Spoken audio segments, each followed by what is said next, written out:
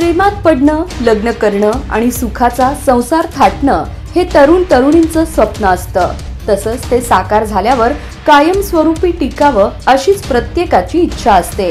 पण उत्तर सोलापूर तालुक्यातील उळे गावात घडलेली एक धक्कादायक घटना या सगळ्या अपेक्षांना काळीमा फासणारी ठरली आहे. दूध विकायला जात असताना झालेलं प्रेम, मैत्रीचं प्रेमात रूपांतर आणि त्यातून झालेला प्रेमविवाह, एवढं सगळं होऊन सुद्धा केवळ 2 महिन्यात नवविवाहित जोडप्यानं टोकाचं पाऊल उचलून आपलं जीवन संपवलं आहे. ही घटना संपूर्ण सोलापूर जिल्ह्यास हादरवणारी ठरली आहे. मृतांमध्ये गोपाळ लक्ष्मण गुंड वय 30 वर्ष आणि त्यांची पत्नी गायत्री गोपाळ गुंड वय 22 वर्षे यांचा समावेश आहे. हे दोघंही उत्तर सोलापूर तालुक्यातील उळेगावचे रहिवासी होते. आज सोमवारी रात्री 2च्या सुमारास ही दुर्दैवी घटना उघडकीस आली. गोपाळ आणि गायत्रीने 2 महिन्यांपूर्वी प्रेमविवाह केला होता.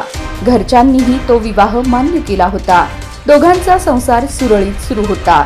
पण त्या सुखी संसाराला कोणाची तरी दृष्ट लागली आणि अखेर या नवदाम्पत्याने आपला जीव घेतला. मिळालेल्या माहितीनुसार गायत्रीचा मृतदेह फरशीवर निश्चित अवस्थेत आढळला, तर गोपाळ नायलॉनच्या दोरीने गळफास घेतलेल्या अवस्थेत सापडला. सध्या पोलिसांकडून या घटनेचा सर्व बाजूंनी तपास सुरू आहे.